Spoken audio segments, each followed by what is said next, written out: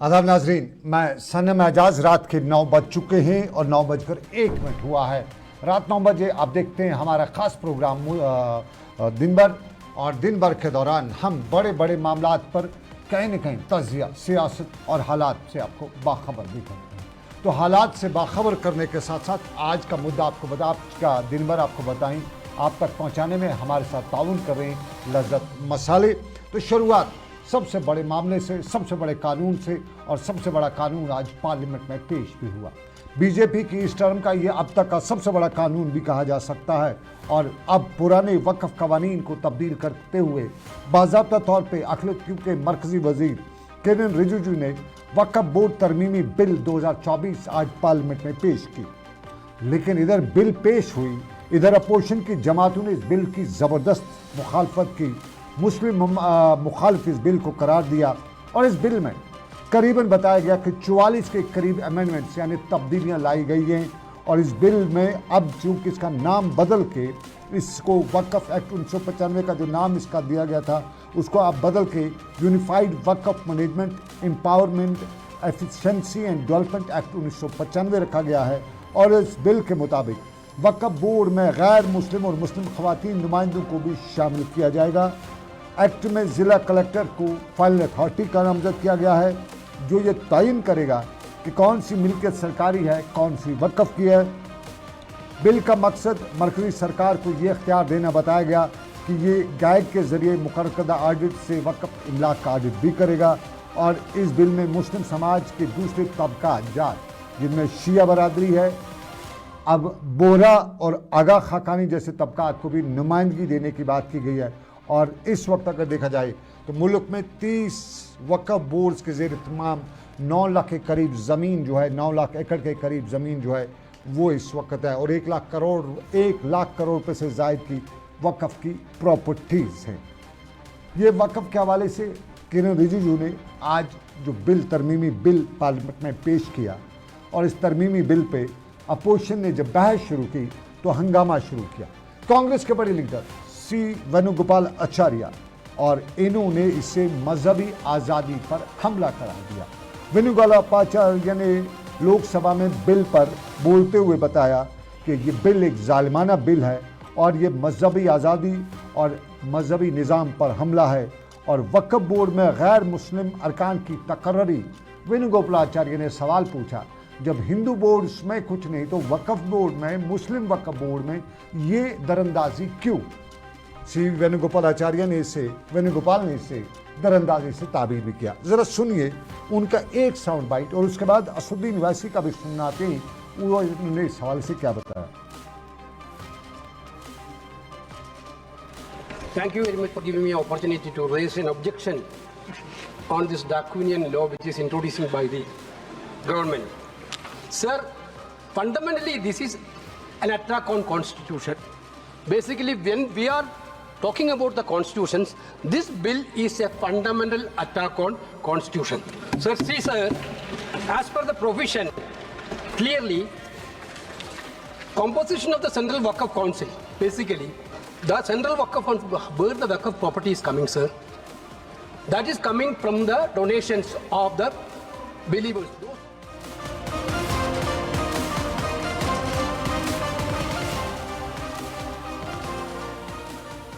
इस bill pay Venugopal ने आईन के खिलाफ बताया, लेकिन असुद्दीन ओवैसी ने इसने बताया कि ये मस्जिदों पर, दरगाहों पर, मुस्लिम प्रॉपर्टीज़ पर कंट्रोल हासिल करने की मरकज़ी सरकार बीजेपी की कोशिश है, इससे लोग बटेंगे जुड़ेंगे नहीं। असुद्दीन ओवैसी ने इस बिल की हिमायत मुखालफत करते हुए बताया कि बुनियादी असूल जो मुल्क के हैं, प्रेम्बल ऑफ कॉन्स्टिट्यूशन के हैं, उसके ये खिलाफ है। असुद्दीन ओवैसी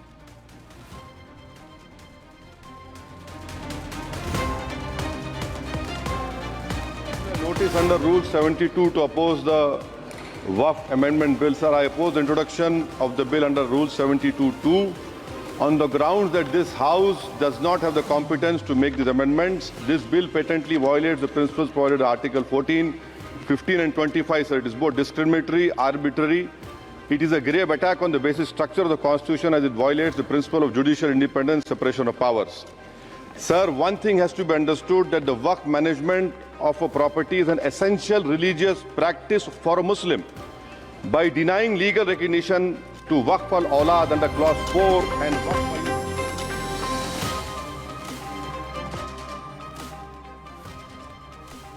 असुद्दीन वासी आर्टिकल कॉन्स्टिट्यूशन का आर्टिकल 14 और 15 का हवाला देते हुए बता रहे थे कि उसके खिलाफ है और वक़्फ़ जो है ये कॉन्स्टिट्यूशनल गारंटी है, किसी के मज़हब में मुदाखलत की इजाज़त नहीं है, कॉन्स्टिट्यूशनल गारंटी है और ये मुदाखलत है मज़हब में। ये असुद्दीन वासी। लेकिन असुद्दीन वासी के साथ साथ दूसरे जो लीडर हैं अपोजिशन के, लगभग बड़े जो लीडर हैं, सभी ने इसकी आज मुखालफत की और आदाद शुमार पेश किए, हवालात दिए, कॉन्स्टिट्यूशन के हवालात दिए और उनका हवाला देते हुए समाजवादी पार्टी के अखिलेश यादव ने इस बजट को सोची समझी सियासत के तहत पेश करने की बताया। इंतखाबात के लिए उन्हें जमहूरी अमल की बात की और अखिलेश सवाल कर बैठे कि अगर दूसरे मज़ाहिब के इदारों में किसी गैर कम्युनिटी के फ़र्द को शामिल नहीं किया जाता है तो वाई इन मुस्लिम वक़्फ़ बोर्ड। सीधा सवाल उसने पूछा कि क्या हिंदू लोग, हिंदू के इदारे जो हैं उनमें मुसलमानों को, सिखों को, क्रिश्चियंस को, दूसरों को इजाज़त देंगे? अगर नहीं तो वाई इन मुस्लिम इंस्टीट्यूशंस।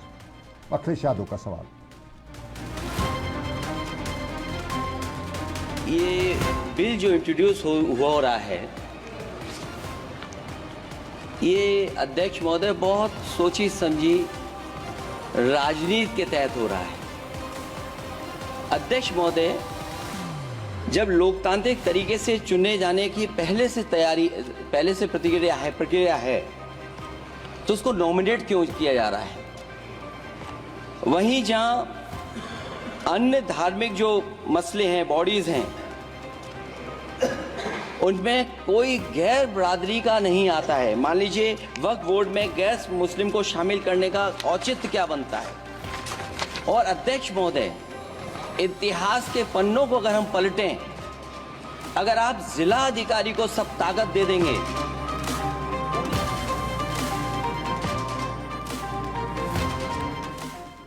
ज़िला अधिकारी को ताकत देंगे तो क्या होगा, ये सवाल है। और ज़िला अधिकारी जो है, जम्मू कश्मीर मुल्क में बहुत से सवाल हैं जहाँ ज़िला अधिकारी के अधिकारों के हवाले से कोविड यात्रा का हवाला भी दिया गया। ये उत्तर प्रदेश की जो यात्रा है उसका हवाला देते हुए बताया गया कि वहाँ के ज़िला अधिकारी ने किस तरह बोर्ड लगाने की बात। आपको बताते चलें सबसे बड़ा सवाल आज का है और सबसे बड़ा मुद्दा ये आज का है और उसी मुद्दे पे अपोजिशन की जमातें भी बात कर रही हैं। जम्मू कश्मीर से 2 मेंबरान पार्लियामेंट, 3 मेंबर हुए हैं, 5 हुए हैं, लेकिन कश्मीर से 2 हैं। मियां अल्ताफ़ साहब कश्मीर से ताल्लुक़ रखते हैं और मियां अल्ताफ़ साहब ने हिंदुस्तान के सेकुलरिज्म को आज़ाद करते हुए बताया कि इस बिल से हिंदुस्तान के सेकुलरिज्म की इमेज ख़राब होगी।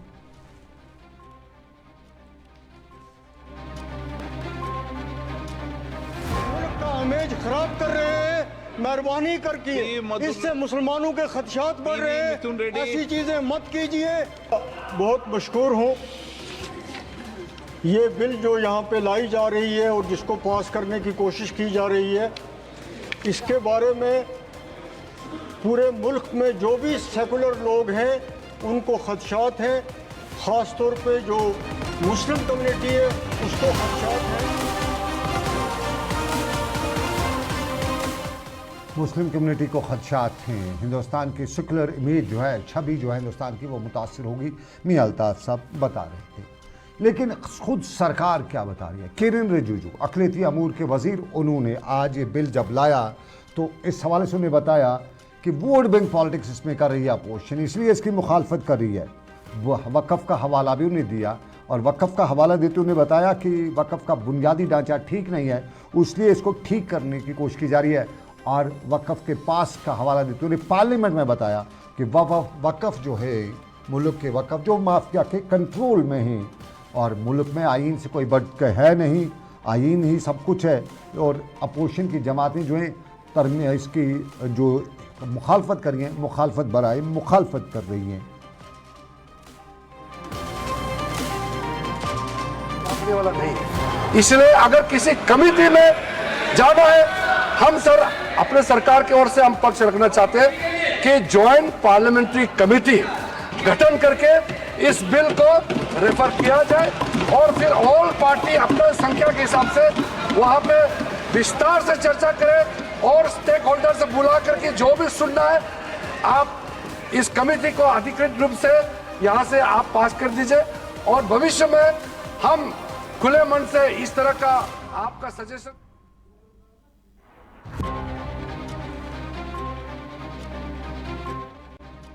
वक्फ बिल बाज़ाब्ता तौर पर आज पार्लियामेंट में पेश, बहस जारी। लेकिन इसी वक्फ बिल में कंट्रोवर्सीज शाम से ही शुरू हो गई है। मुस्लिम उलमा जो हैं, मुस्लिम इदारों के जो बड़े लोग हैं, वो लगा अब इसकी खुलकर मुखालफत करने लगे हैं। और मौलाना कुल हिंद इमाम एसोसिएशन के मौलाना साजिद रशीदी ने तो इस बिल में मोदी और मुकेश अंबानी यानी मोदी अंबानी गठजोड़ का हवाला देते हुए बताया कि असल में इस बिल का मकसद जो है, दिल्ली में अंबानीज ने जो मुस्लिम की वक्फ प्रॉपर्टीज़ को कब्जा कर रखा है उसको बचाना है। और उन्होंने कहा कि ऑलरेडी लोग जानते हैं, 2015 में भी लोगों को पता चल गया था कि वक्फ की प्रॉपर्टीज़ पे अंबानीज ने कितनी जगहों पे कब्जा कर रखा है। तो ये बिल जो है, इसका बुनियादी मकसद है कि अंबानीज को फ़ायदा देना, उनकी प्रॉपर्टीज़ वगैरह, उनको जो प्रॉपर्टीज़ दिल्ली में उन्होंने कब्जा कर रखी है उनको उनके हवाले से अंबानी मौलाना साजिद ने बताया।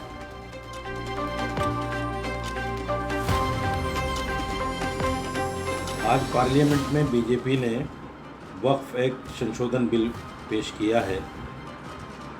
इस बिल के पीछे की मंशा क्या है वो मैं आपको आज बताने वाला हूँ। दरअसल नरेंद्र मोदी जी अपने दोस्त अंबानी को बचाने के लिए ये बिल लाना चाहते हैं और ये बिल लाए हैं। मसला क्या है? 2002 में अंबानी ने इंटीलिया जो उसका बिल्डिंग है वो जगह 4532 square feet Delhi Waqf board से नाजायज़ तरीके से ले ली, जिसके सारे सबूत ये पेपर्स की कटिंग जो 2015 में पब्लिश हुए। मुंबई हाई कोर्ट में इस पर केस हुआ, सुनवाई चल रही है और नज़दीक है कि उसके खिलाफ, अंबानी के खिलाफ ये बिल, अंबानी के खिलाफ हाई कोर्ट की तरफ से कोई फैसला आ जाए। इसलिए हड़बड़ी में ये बिल लेकर आए ताकि अंबानी को रिलीफ मिल जाए। उसकी वजह क्या है, इनकी नीयत पर सवाल क्यों है? इनकी नीयत पर सवाल इसलिए भी है कि देखिए ये केंद्र सरकार का गजट है। ऊपर लिखा है भारत सरकार, नीचे लिखा है दिल्ली। 1954 में वक्फ एक्ट आया, सरकार ने सर्वे कराया, 1970 में गजट पास किया और सरकार ने बताया कि ये जगह सब वक्फ बोर्ड की है और वक्फ बोर्ड इसको हैंडओवर करे और अपनी कौम के मफाद के लिए इस जगह का इस्तेमाल करे। उसके बाद में सरकारों ने हमसे ये ज़मीनें हड़पनी शुरू की। ये करीब 400-500 प्रॉपर्टीज़ की।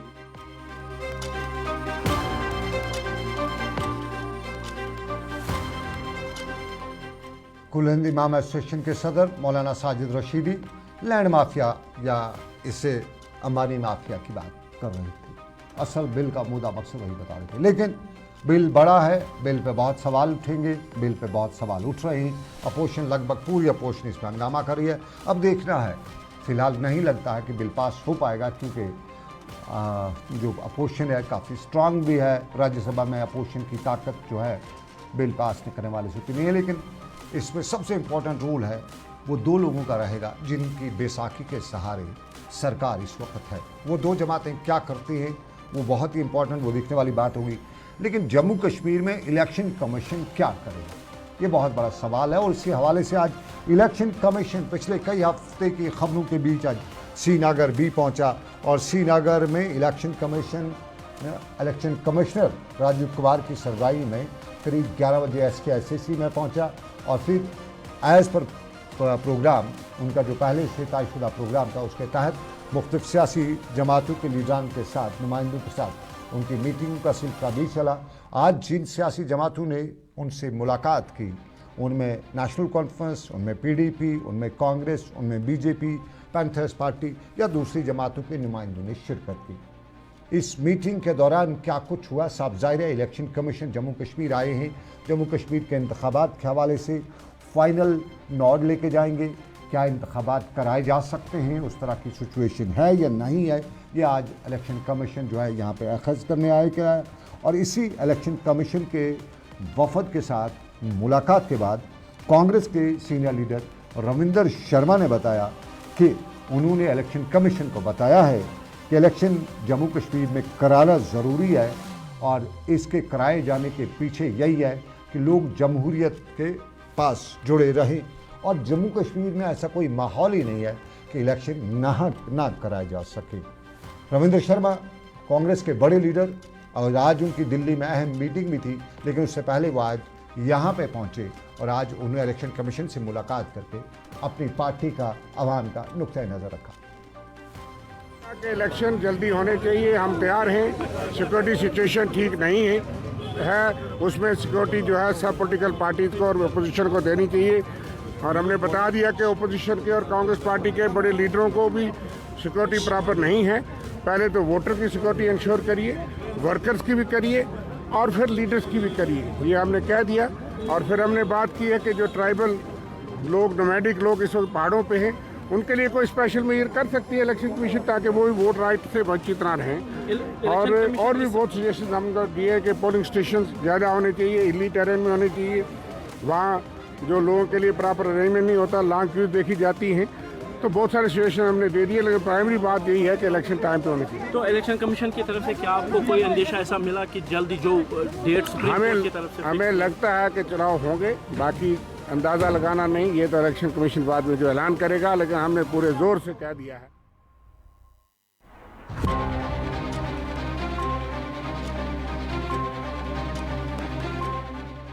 ये इलेक्शन कमीशन बताएगा।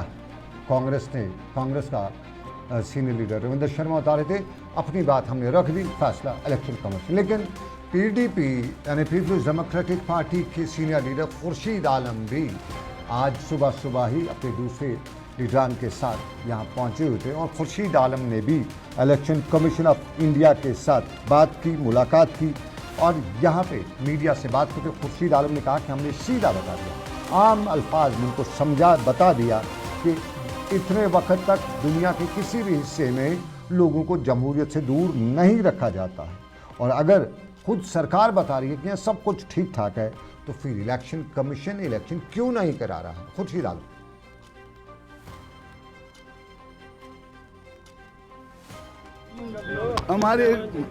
मैं कहूँगा हमारे पास जितने अल्फाज थे at our command, we have all put them demand of people of Jammu and Kashmir हमने मौसर तरीके से इफ़ेक्टिवली कमीशन के सामने रखे हैं कि यहाँ के लोग जमहूरियत पे जमहूर से जो एक तरीक़ेकार से दूर रखे गए हैं फॉर द लास्ट 6 years। 2018 में यहाँ की सरकार को गिराया गया, last elections were held in 2014 और आज 10 साल से एक नए इलेक्शंस नहीं हुए जो 6 साल से ड्यू हैं हमारे, तो सारे कवायद हमने उनको बता दिए।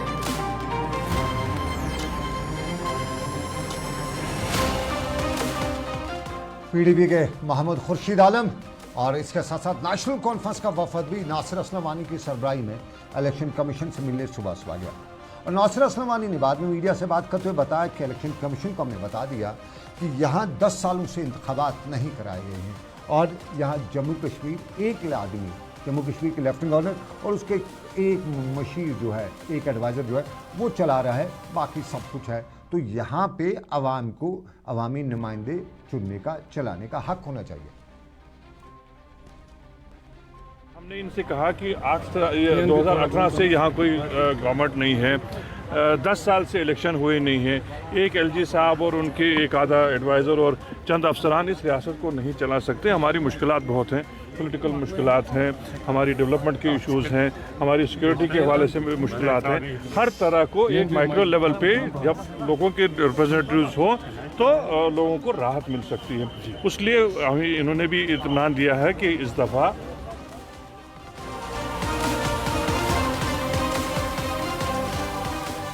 ये था नेशनल कॉन्फ्रेंस का रद्द-ए-अमल, लेकिन पैंथर्स पार्टी के हर्षदेव सिंह हरिदेव सिंह अक्सर जम्मू कश्मीर में बीजेपी पर बड़े इल्ज़ाम लगाते हैं और आज भी हरिदेव सिंह ने मीडिया से बाद में बात करते हुए बताया कि जम्मू कश्मीर में जो इलेक्शन कमीशन का वफद आया है उनसे हमने बताया कि जम्मू कश्मीर में प्रॉक्सीज चल रही हैं और बीजेपी की प्रॉक्सीज चल रही हैं। उन्होंने कहा कि बीजेपी के हवाले से उन्होंने बता दिया कि सरकार ने जम्मू कश्मीर को बीजेपी के हवाले कर छोड़ रखा है। जम्मू कश्मीर में चुनाव क्यों नहीं हो रहे हैं? 2018 में असेंबली भंग हुई थी और 6 साल से भारतीय जनता पार्टी का प्रॉक्सी रूल जम्मू कश्मीर में चल रहा है। लोगों को कुचला जा रहा है, लोगों को दबाया जा रहा है, लोगों को डराया जा रहा है, लोगों को धमकाया जा रहा है, लोगों को अपने बुनियादी हकूक से महरूम किया जा रहा है और चुनाव की प्रक्रिया जल्द से जल्द शुरू होना बहुत लाजमी है। सुप्रीम कोर्ट ने कहा था 30 सितंबर से पहले, मैं खुद सुप्रीम कोर्ट में पेश हुआ था, मैंने रिट फाइल की थी और 30 सितंबर से पहले इलेक्शन करवाने का सुप्रीम कोर्ट का भी एक आदेश है, उसके ऊपर इलेक्शन कमीशन ऑफ इंडिया को अमल करना होगा। इस वक्त यहाँ जो हालात बने हुए हैं कि बाहर के लोगों को लाया हुआ है, कोई यूपी से, बिहार से, और उनके हवाले प्राइम पोजीशंस की हुई है और यहाँ सिर्फ लूटपाट।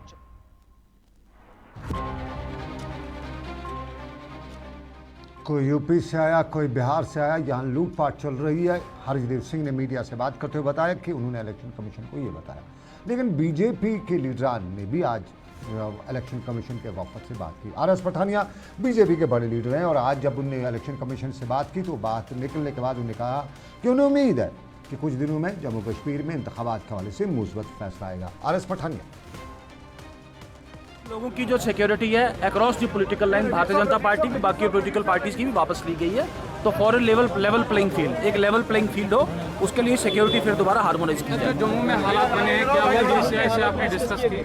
देखें, इसको प्रैक्टिकली अगर डिस्कस करें को वर्ष 2002 का चुनाव, 1996 का चुनाव, तो वो तो इससे भी वर्ष था उसमें, लेकिन उसके बाद भी चुनाव हुए। आज कोई ऐसा नहीं है, पूरा कंट्रोल है सिचुएशन पे। ये जो चंद लोग हैं ये भी घिरे हुए हैं, बहुत जल्द से कहते हैं अपने सरे अंजाम तक पहुंचेंगे और सरकार।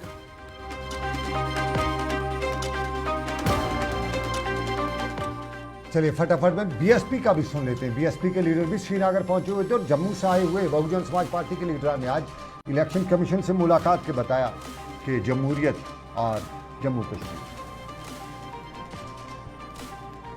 तो ईसीआई को हम यहाँ मिले हैं, मुलाकात की है। वहाँ पे हमने ये पॉइंट्स रखे हैं कि जमहूरियत बहाल करने के लिए जम्मू कश्मीर में जल्द से जल्द चुनाव किए जाएं।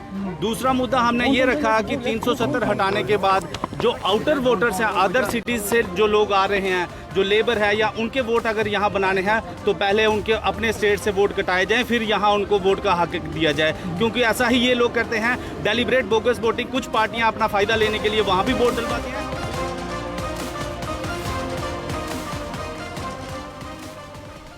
ये election commission of India Jammu Kashmir दौरे पर आज कश्मीर में, कल जम्मू जाएगा, कल 3 बजे प्रेस कॉन्फ्रेंस भी करेंगे।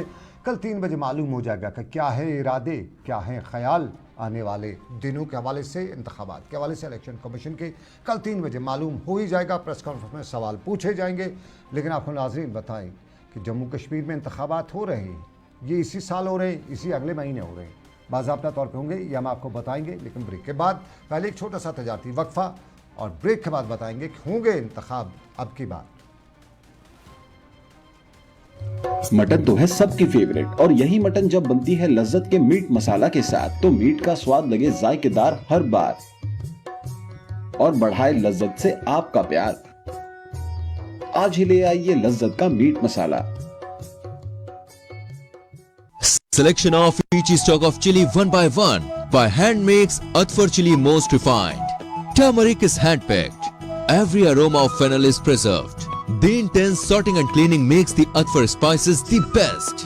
Atfar spices keep your family away from any kind of adulteration. And we make sure your health is important for us. Fill your kitchen with Atfar spices and keep your family in best health and taste.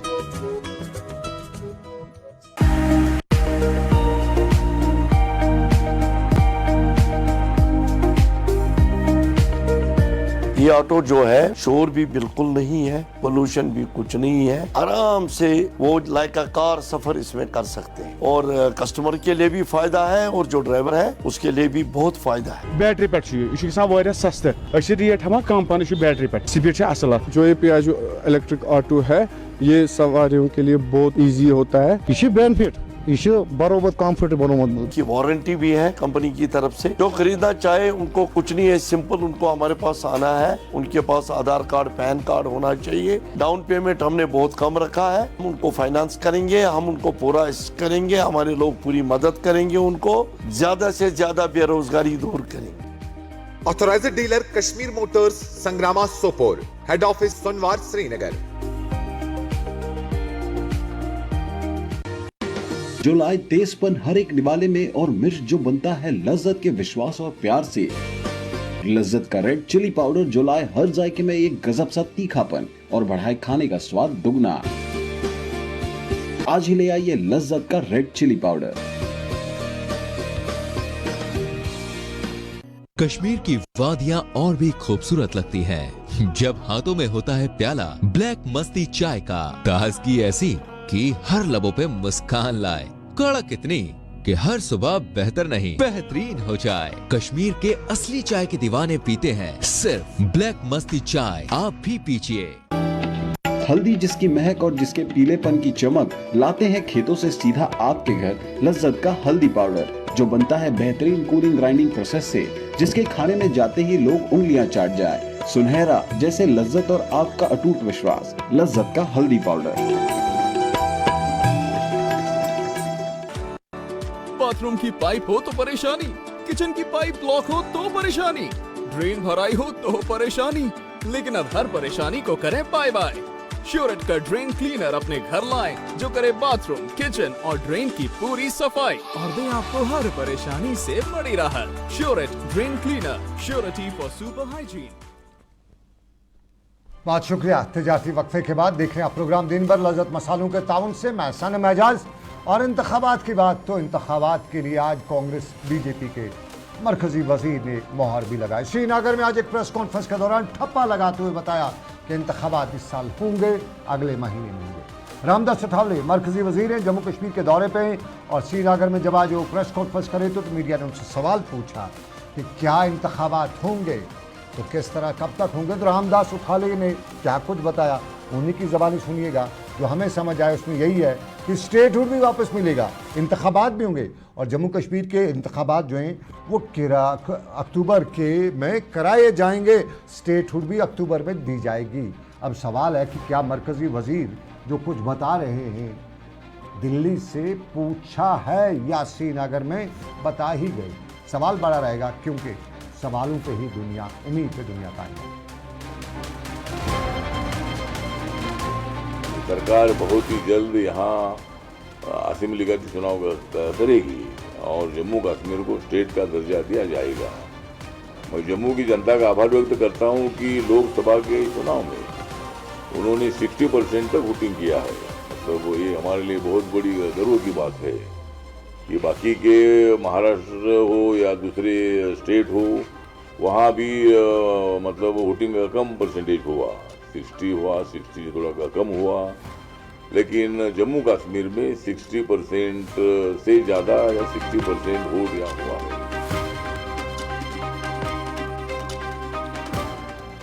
Maharashtra में vote percentage parliament में कम हुई, लेकिन जम्मू कश्मीर के हालात और जम्मू कश्मीर हालात में अच्छी वोट परसेंट हुई, वहाँ से अच्छी और वोट परसेंट हुई। इससे अच्छे हालात और क्या हो सकते हैं। मरकजी वज़ीर उठावले और अगले साल अक्टूबर तक जम्मू कश्मीर में स्टेटहुड भी और जम्मू कश्मीर में इंतखाबात, दोनों चीज़ें हो जाएंगी, ये उनका कहना था।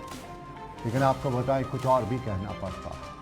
कौन कहते हैं? ये पहलगाम के साबका MLA अल्ताफ अहमद वानी बता रहे हैं। कल हमने आपको दिन भर में एक न्यूज़ दिखाई थी, खबर रिपोर्ट दिखाई थी पहलगाम में कल जो डिमॉलिशिंग हुई थी और हमने सवाल सिंपली किया था कि क्यों ये ड्रामाबाजी हो रही है। 3 मंजिली इमारत बनने तक वो इलीगल नहीं थी, लेकिन कल हो गई। और उस होने के हवाले से हमने कल भी बताया था कि जम्मू कश्मीर के लेफ्टिनेंट गवर्नर, जिला तरक्याती कमिश्नर अनंतनाग और उसके साथ साथ जो हमारे ACB और दूसरे इदारे हैं जो अकाउंटेबिलिटी की बात करते हैं, वो ज़रा देखें कि इसके पीछे की क्या कहानी है। ये बनते हुए जब तक बन रहा था तब तक नज़र क्यों नहीं आया वो क्यों बंद थी, और अब अगर नज़र आया तो क्या है। लेकिन आज पहलगाम के साबका एमएलए अल्ताफ अहमद वानी ने एक और सवाल उठाया, कहा कि एक तो गैर कानूनी डिमोलिशिंग ही गैर कानूनी है, दूसरा सिलेक्टिव है और चंद लोगों को निशाना बनाया जा रहा है। वो तो कुछ और भी इल्ज़ाम लगा रहे थे, उन्हीं की ज़बानी वो इल्ज़ामात सुनिएगा। फॉर्चुनेटली कल आपने देखा कि परमिशन होने के बावजूद भी गरीब लोगों की डिमोलिशन की गई। मकान जिन्होंने बनाए थे उनके घर पिक एंड चूज करके उनके घरों में घुसे, और अनफॉर्चुनेटली पीडीए से मैं गवर्नर इंतजामिया से मोहतबाना गुजारिश कर रहा हूं कि अगर पीडीए पहलगाम डेवलपमेंट अथॉरिटी है, उनको चारीगाम में क्या काम है, उनको गिनेड में क्या काम है, उनको वेहरान में क्या काम, उनको डलसीर में क्या काम है, जबकि वो पहलगाम डेवलपमेंट अथॉरिटी का कोई हिस्सा है ही नहीं।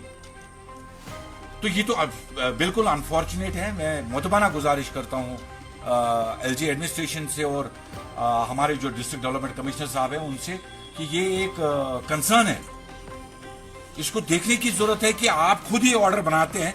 इवन दो ऑर्डर में ये भी लिख रहा है अगर किसी ने वॉल्यूशन की है, उसमें अगर किसी ने मकान बनाया है रेजिडेंस,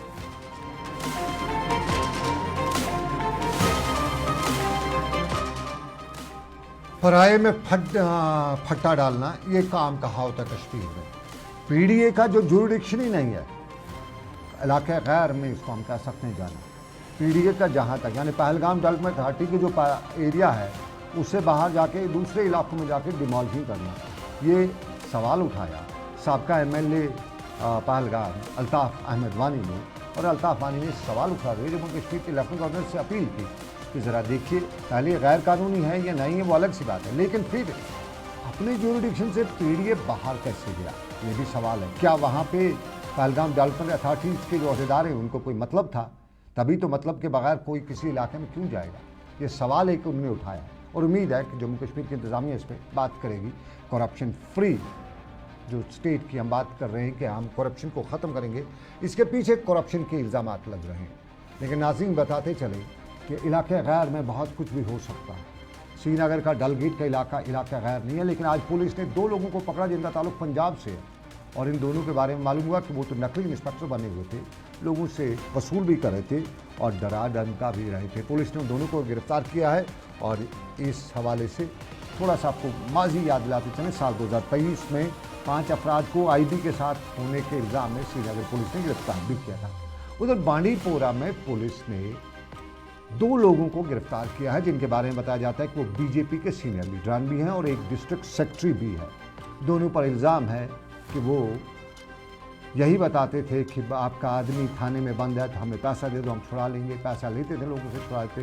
कुछ को नौकरी की बात करते थे, कुछ को कुछ और। हमारी पहुंच बड़ी है, कोल साहब हमारे ख़ास हैं, दिल्ली में हमारा डायरेक्ट जो है अमित शाह के दफ्तर में हमारी एक्सेस है, हम बीजेपी के बड़े लीडरान हैं। तो इस तरह से लूटते थे बांडीपोरा में, और बाकायदा तौर पे पुलिस ने दोनों को गिरफ्तार किया। ये इस हवाले से पहला वाक़ा नहीं है। आमतौर पे कश्मीर में इस तरह के इल्ज़ामात लगते रहते हैं और बहुत से लोगों के बारे में ख्याली हो या हकीकत हो, कुछ न कुछ उड़ता ही रहता है। और आमतौर पे बीजेपी के बारे में यही शिकायत है कि कश्मीर डिवीज़न बीजेपी में इस तरह के लोग बहुत से हैं, और बीजेपी को बताया जाता है कि ज़रा छांट करें अपनी बीजेपी की पार्टी में। इस तरह के हर अरे गैर नतु खैरे को पार्टी का लीडर तो बना दिया है, लेकिन बाद में भी देख लीजिएगा कि उसके पास वाकई में कहीं वो इन तरह के मामला तो मुलव्वस नहीं है। छांट करके उन्हीं लोगों को अपनी पार्टी में ओहदा दीजिए जो वाकई में अवाम दोस्त है, जिनकी अवाम इमेज है और इस तरह के कामों में मुलव्वस नहीं है। ये बीजेपी के हवाले से बांडीपोरा में आश्रित की हौलनाक वारदात भी हुई है और इसमें बहुत नुकसान भी हुआ। आज बांडीपोरा में निज़ामुद्दीन भट्ट ने भी आतिशगत के इस वाक़े पर सरकार से और लोगों से मुतालबा किया है। नाज़रीन, आप देख रहे थे प्रोग्राम दिन भर सनम के साथ। अभी इतना ही। इस उम्मीद के साथ आपसे लेंगे इजाज़त। रब कायनात की मर्ज़ी, आपसे फिर करेंगे मुलाकात। आप रखें अपना ख्याल। अल्लाह आपका मेरा सबका निगहबान हो। अल्लाह हाफ़िज़।